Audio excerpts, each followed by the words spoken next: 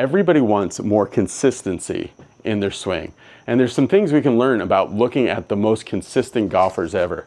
And when you see a golfer that is incredibly consistent, it's like they turn themselves into a human clock. Once they get this system in motion, it feeds off of itself and it produces this same pace to everything. So really when you're talking about like if you want to be more consistent, you really have to work very hard and very smart on your tempo. But it's something that I don't see a lot of people working on. Mainly because in golf instruction, whenever they've tried to get people to think about tempo, they would use very like artistic terms or weird terms that you can't really grasp. For example, like if they wanted people to develop a tempo, they would like play music, like a waltz or something like that. And they say swing to this, or they would talk about your personality. And they would say like, okay, if you have a very uptight, fast personality, then you should swing probably pretty brisk. And if you're kind of chill and relaxed, then you should swing fluid and slow. That doesn't really help anybody. Like, what is it exactly we're trying to do with tempo? So there's two things when it comes to people who have awesome, great tempo that leads to super consistent, repeatable impacts in golf shots. First, it's a matter of time. And the time of how long it takes to make a backswing, how long you are really paused for at the top, and then how long it takes you to make a downswing. So those two functions have been talked about. Like there's this thing called tour tempo that I'll show you. They found out that it should take you 3 parts backswing to 1 part downswing. So if there's 30 frames in 1 second of video, Tiger Woods in 2000, it took him 28 frames to go back and then 8 frames to get to the ball. Rory McIlroy and Tiger, when he won in 2019, they go 21 frames going back and 7 frames to the ball. So that's a function of time.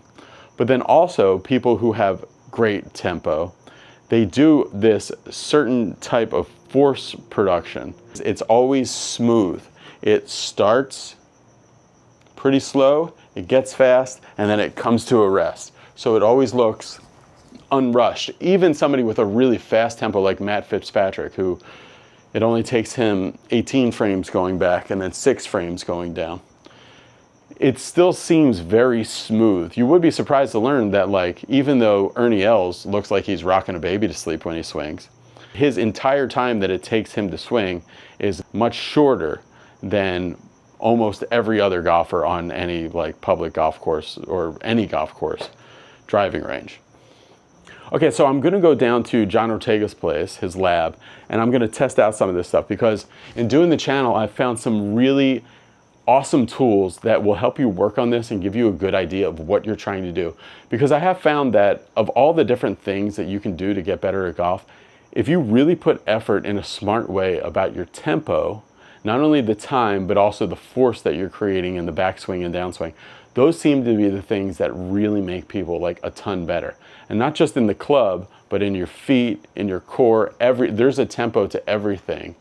And if you kind of obey the laws of what the swing should be, which is basically a spring, if you turn your body into a spring and you run it like the spring of a clock, you can become incredibly, incredibly consistent. I think the first thing tempo-wise you would like to do is just to put on like a normal metronome. And we talked about this in the last video. But you don't even need the tour tempo thing at first. So we're going to go 66.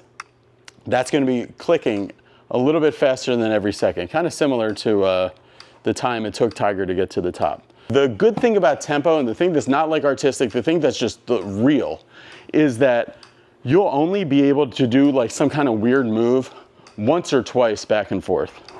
Like, after a while, staying in this rhythm, you'll start to see all your lines will really start to smooth out. You'll notice that everything in your body has to kind of work in sync in order to hit the beats correctly.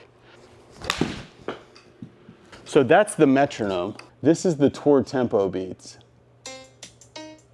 So when I talked about Tiger, that was like the Tiger 2000 was right here.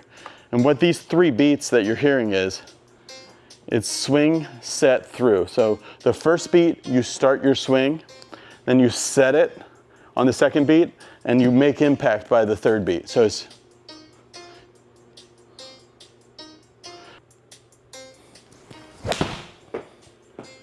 okay, so I was really well on the beat there. Yeah, and I hit it great. Now, it won't really help you to go super fast and try to hit something that you're not really built for, but you can challenge yourself. This is 18.6.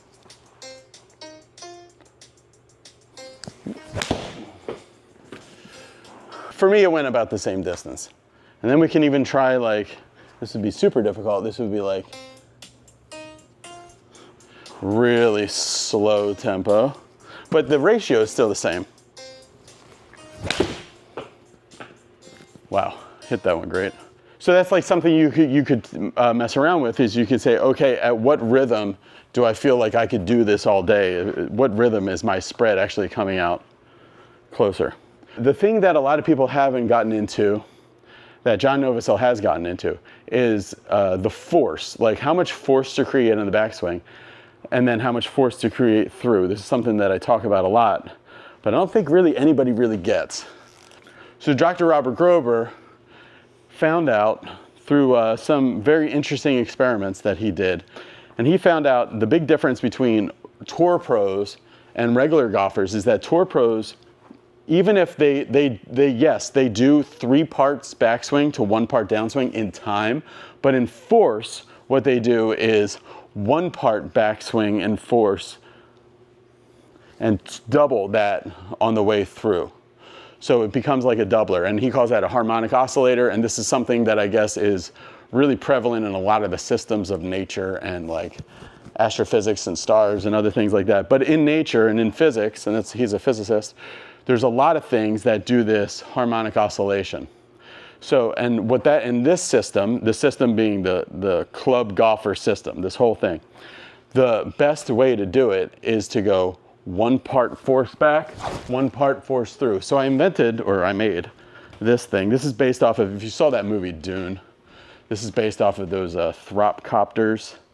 To make the sound of those like flying dragonfly helicopters, the Foley artists of the movie and sound effects guys, they use this thing called a thropcopter. So they have these really thick rubber bands that they tie on this thing. And then I started thinking, wow, that'd be a great tempo device to feel how like how force is used in the golf swing. You want to hear a certain force going back, and then you want to hear double that sound going through. Now it's not actually going to be that, but that's really what you want the feel to be. Most people using this would do this. See, there was no sound in the way back. If there's no sound, there's no speed, there's no energy. There's so many byproducts that all these teachers are telling you to do in positions that if you do it just with the force, then the positions become a byproduct of it. Because if you try to get positions, but there's no force behind it, you're gonna do something to create force, and then that's gonna knock you out of position. I'm gonna swing this 10 times, and then I'm gonna hit like 3 shots, and we're gonna see if it makes me better. What you gotta do is you have to pressure and like kind of lead your body first. Gravity golf calls this the heave. You gotta pressure, lead your body first, and then the club slings off of that, right? And then it creates the speed. So it's all things that you'll intuitively learn as you use the tool more.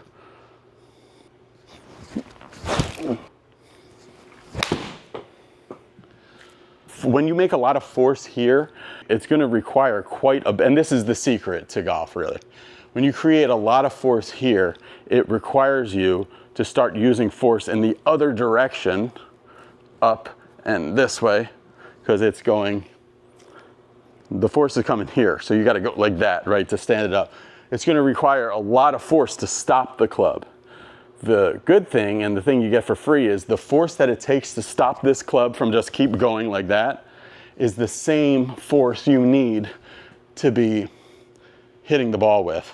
When it turns the corner like this and it starts folding in on you, you have to stop that from hitting you. Okay, that's why just doing this and stopping there is really good. You have to stop that from hitting you. That's the same force that direction you should be doing. When someone goes into the top of the backswing with no force, okay, there's no force, I want some speed, and they go like that. No, these two things, the force in and the force out, balances each other perfectly to a complete stop. And then that gets carried here and then released on the ball. Okay, that felt pretty athletic. I made this video where I had this guy make a video of Tiger's backswing and how fast it was at the fastest point here, and then how fast it was on the downswing where it got to double that speed. And there's kind of this point where, I think it was something like, the fastest on the backswing was something like 35 miles an hour here with Tiger's backswing with his driver. So here is 35, and then he finishes and stops it, and then here again it's 70. And then it goes through, but then after that it starts to let the angles out and it gets even faster. But that is kind of a good point to think about, that doubling point here, where it goes 35, 70. If you go 30, 90, you're not going to be good. Also, if you go 50, 20, no. That double is what's really good. And I'm gonna have to get more into the outliers of how people like Colin Morikawa and Hideki and them do it, but I'm talking about, like, there's a reason the overwhelming majority of great golfers are harmonic oscillators. They're doublers. They use 1 part force going back and 2 parts force going through. So I'm gonna do that double here, there. Right next to the hole. So you wanna imagine whoosh, whoosh. It's that 2 parts force going through. Shorter backswing, longest, straightest shot of the day. All right, so here is the real secret sauce to this video, and the thing that I've kept hidden for years. So you guys know that I've been big into this thing of forces and torques in the swing, and how you're really gonna get good at doing this. I invented this a long while ago, or I didn't really invent it, but I made this anyway. Dr. Robert Grover had this thing called Sonic Golf that was big between 2004 and 2008, something like that. It was on the Haney Project. Vijay Singh famously used it for a while. Anyway, so what Sonic Golf was a light thing that went in the grip, and then it was like, you could hear your entire swing the entire way. So I started thinking about, like, man, I wish there was a way, now that there's phones and everything else, I really wish they would put it back out.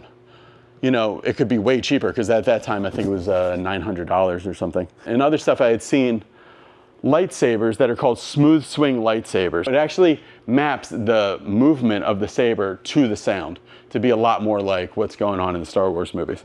So I call this the golf saber. I would really love to see it get downsized to be a little lighter and whatever else, but this is it. So this is the sound of the lightsaber, and the thing that this works really great for is as a tempo tool for golf to get the appropriate backswing to downswing. So you want 1 part back, 2 parts down, and force. Okay?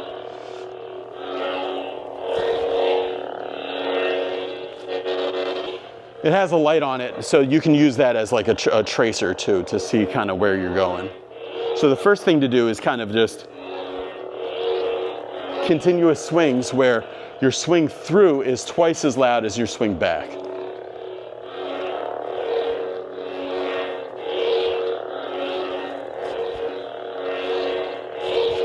Then you want to start making some impacts with the ground a little bit.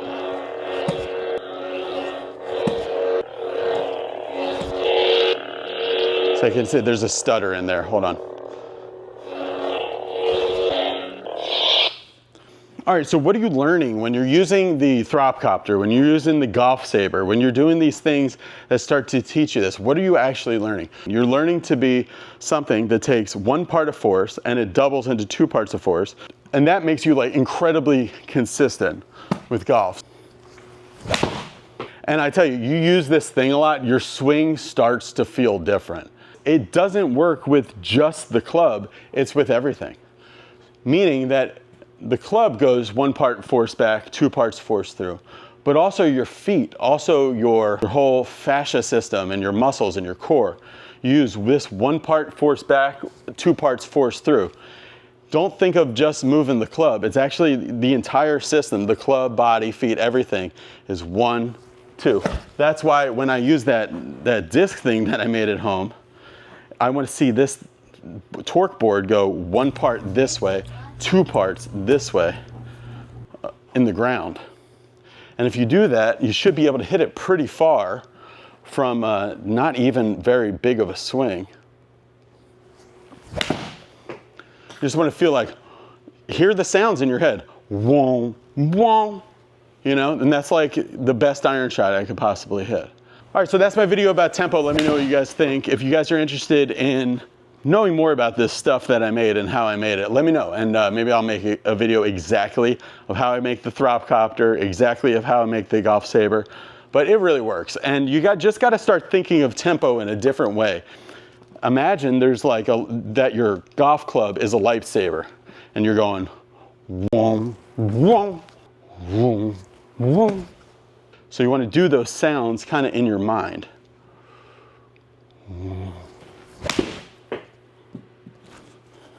That was a great shot. Yeah, dead straight. And that's going to go right next to the hole. Yeah, right inside the circle. Okay, cool. Thanks for watching, everybody. Click the subscribe button. Send me an email if you're interested in any of this stuff. I think I'm gonna do a Be Better Golf technology seminar. I'm thinking about doing with all the best like tech that I've used that I really like, and then have some experts come and like do a little presentation on each piece of it. That'll be here in Southern California, probably Costa Mesa or Long Beach. So if you're interested in that, send me a message. Let's do one more shot. Every part of your body has to be this force doubler.